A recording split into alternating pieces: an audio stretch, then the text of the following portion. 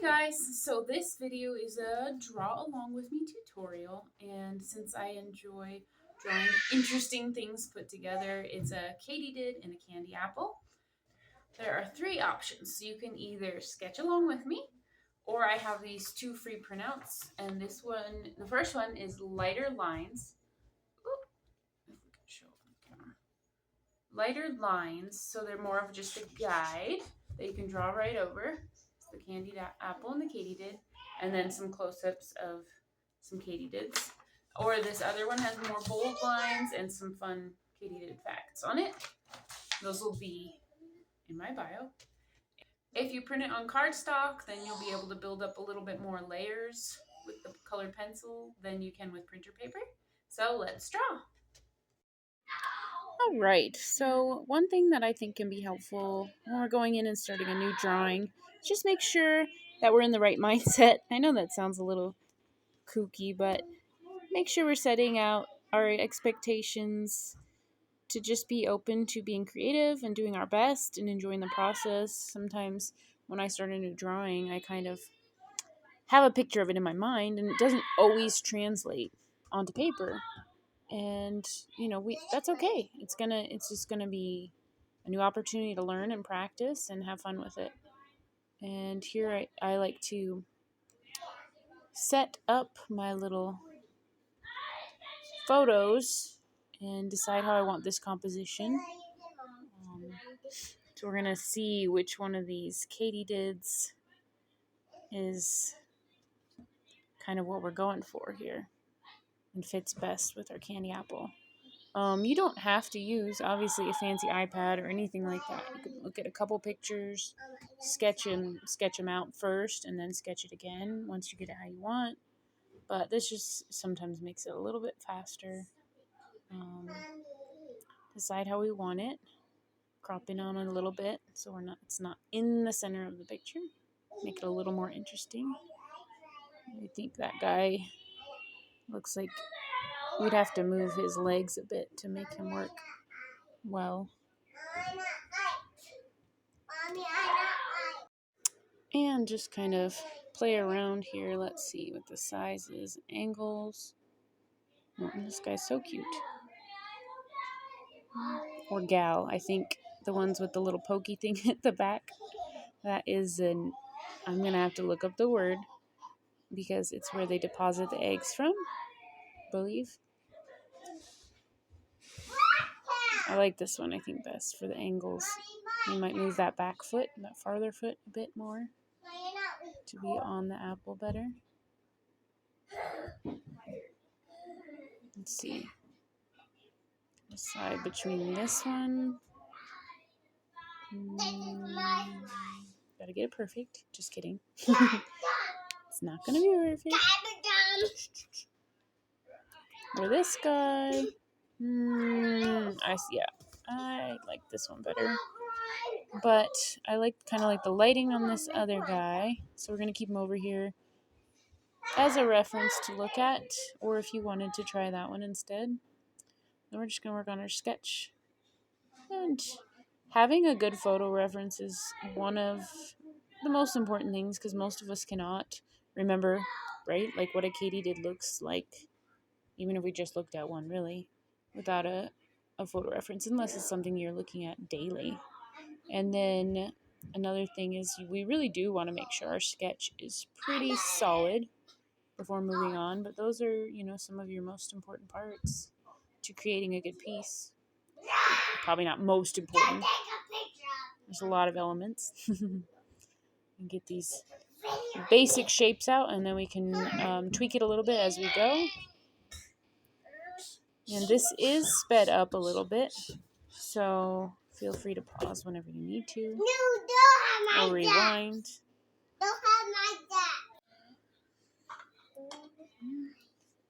Get these shapes a little closer. See if anything looks off and needs to be moved. So I used to be the kind of person that was so goal-oriented. Well, I still struggle with that sometimes. That it was like not stressful, but not enjoyable until, I was finishing it up and check that list, right? But I've become a bit better at enjoying the process and not getting upset when I have to, take a break. Because I do. I have to do in my creative time in little increments here and there and fit it in as a mom. And it is a process to get there. Let's see. Start out with some of these dark, light, medium reds, white, dark green, light green, very dark green, and a blue. Always remember to start with some nice sharp pencils. Sometimes that's when your mind can start looking at the picture, looking at your drawing, and deciding where you want to start and process all of that. I always like to start with a little bit of a light outline. And then the nice thing about black papers is pretty forgiving in some ways, so you don't have to always lighten up your graphite lines before laying down the colored pencil, although that can be helpful. I don't always do that on a black paper. I'm just going to come in with some lightish green first and build some layers up.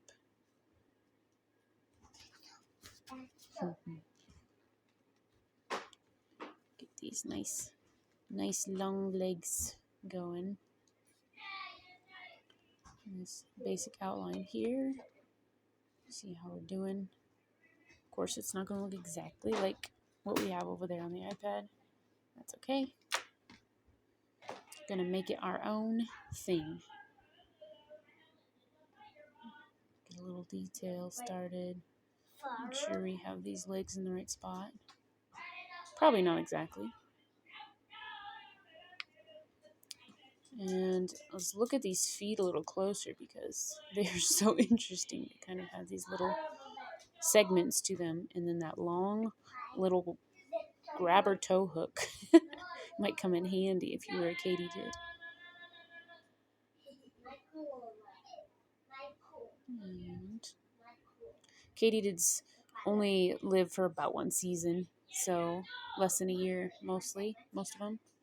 And yeah, they just complete their growing and breeding and laying their eggs, and then that's pretty much it. And I'm gonna go ahead and mark out some highlights here. We can make sure we don't go too dark in these spots. And they don't have to be exactly like the picture, just something that looks nice and shiny. And go ahead and start laying down some red. Not too dark, because we might come in with a lighter one or a darker one later, so not too solidly at first. Just start taking out some of the background with it. Some darker red down here towards the bottom. The shadows, and of course towards this right side. We're going to make ours a little more dramatic of a light to dark, so our left side is where our light source is coming from. And the right side is going to be a bit darker.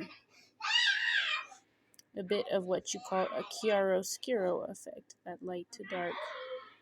And then tenebrism is even more dramatic of a, your part of your picture disappears into the darkness. But we're not going quite that dramatic. One interesting thing about katydids is they are polygamous. But, they only live one cycle, so it's not like they're going to end up with that many husbands and wives, right? Coming back in here with some medium greens. Don't want it all to be neon green, so we're adding a little bit of darks to this shadowy side. The legs, and these little pokey things they've got. Some highlights towards the front. Just going to build, and I don't always stick with one part of the drawing before bouncing about and doing this and that, just kind of whatever jumps out at me. But I know that some people works better for them to just stick with one part and move to the other side. Whatever works for you. But I enjoy jumping around and kind of just seeing what strikes me to work on next, depending on what it is. Some things you do need to finish first. Like your sketch. I'm not going to start laying down color usually unless I finish the sketch. And just added these veiny looking leaf like highlights on here, and going back around them and filling in with some more green. It's pretty cool how much their shape and details look like a leaf on them, on these ones. There's so many different kinds. What's that spiky devil one? I'm gonna have to caption that in here, but those ones are really cool. And there are some that are predatory, but most of them are herbivore. I'm getting some darker greens here towards that shadow side.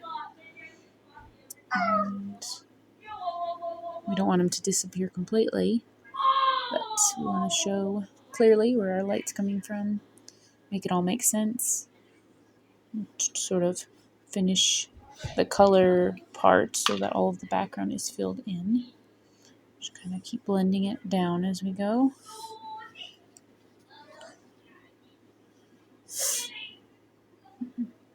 And let's get back to this apple guy with some really bright reds on this left side where our light's coming from. And some highlights. Get these white, really, really bright highlights in. And it does look a lot different under this indoor lighting, the light that I have shining over here, than natural lighting, and especially outside, of course, it looks so much brighter, which we'll see at the end.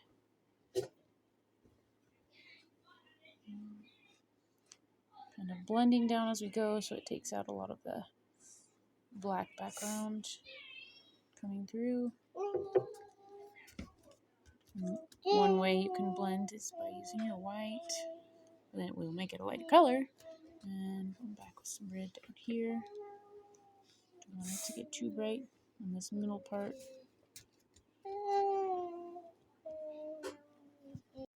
And katydids are in the family of Tetygonidae.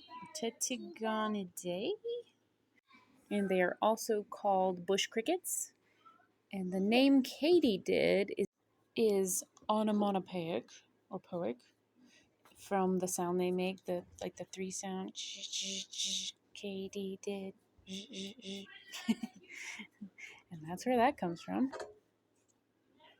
And there are over 8,000 different kinds, so very, very many, very different ones. I mean, there's the common one that we see quite often, or as often as we see katydids. And let's see, they lay eggs in like an oval row, or oval shape kind of in a row on a plant. They are found in every continent except Antarctica.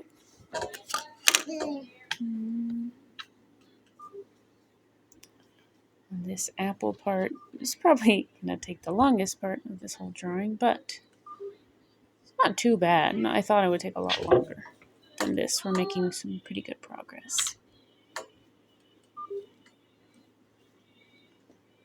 I used to get impatient with that. I'd be like, okay, I just have to finish the apple, and then add more details to the katydid, and then do the stick, and then the shadow, and then the background, and then feel overwhelmed. But most of the time now, I feel like, oh, cool, I still get to do the background and the shadow. The shadow is my favorite part.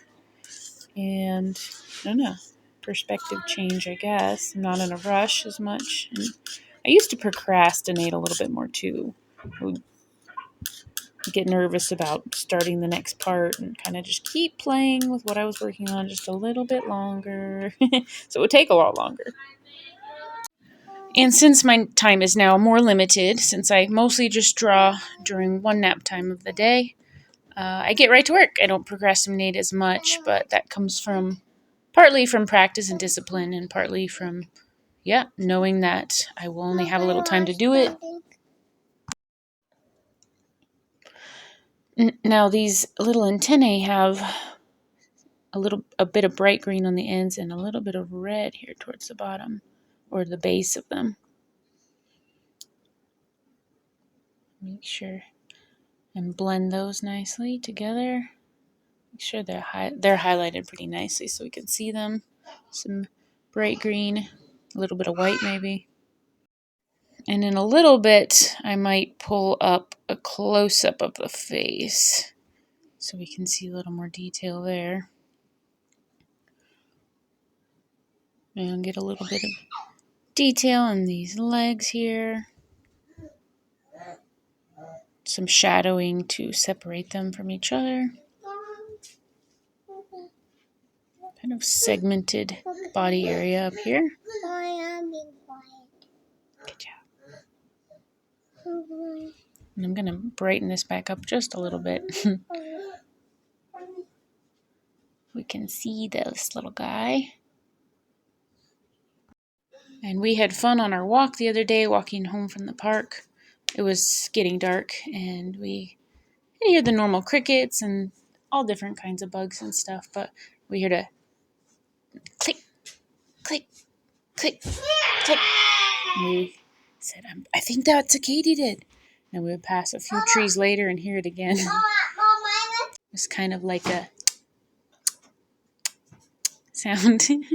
And we did look it up later, and it definitely was one of the sounds, but there's quite a few sounds that they make. So, well, there's all different katydids, so quite a few different calls they make. And something about this guy, I think it's the way their legs sort of just look so goofy. The angles that they stand at kind of just remind me of little cartoons to begin with. And of course, give me any feedback you have. I know I have a long ways to go in editing and getting better at that. And here I'm blending a little bit with my finger because there's so much wax built up. I can do that. Always got to make it shiny. And of course, at some point, you get so many layers build up if you're not careful that you can't get any more on, and it will just start sort of smearing it around but won't lay down. So you do have to be aware of that. And anyway, getting it to where we want to, all the fine little details, and adding a little bit of a lighter background here with this purple where the shadow is not, so you can almost leave that blacker where you want the shadow from the apple, but we are going to go back in with some darker color. This is just where the shadow isn't as much, and then here I'm using this indigo blue to make a nice dark shadow behind the apple, and adding a little darker here on the shadow part of this apple.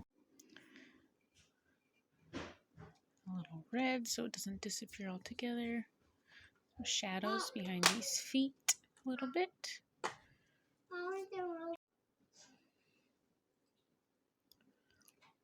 And work on the little detail of the ovipositor. Oh, and we can't forget this stick. So we'll get our light side with a light tan here and a brownish on this back shadow side. Just build up a few layers and blend them together. The medium brown here, the light one.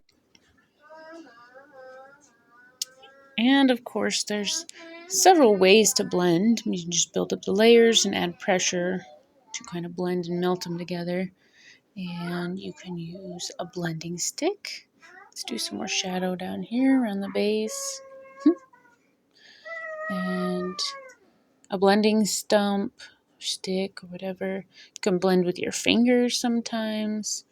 And you can use odorless mineral spirits, which is just paint thinner basically, on a blending stick, really light amount to blend together. Sometimes I do that for big areas that I need to cover, so I don't have to put down so much pencil.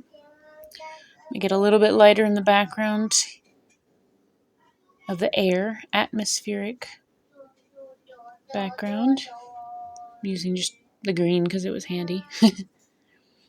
And then go blend it a little bit in more so it doesn't show so much pencil-like marks.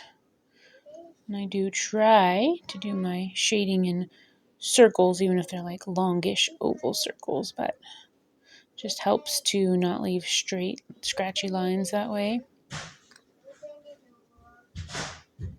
And we are getting close.